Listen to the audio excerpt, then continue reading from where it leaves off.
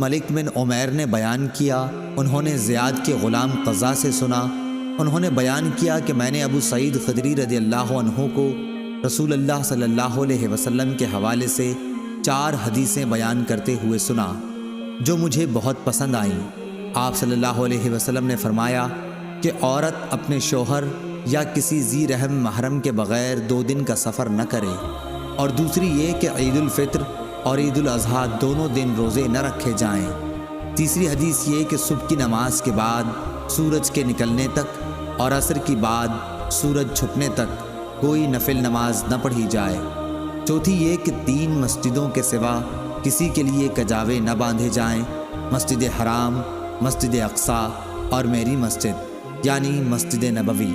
صحیح بخاری حدیث نمبر 1197۔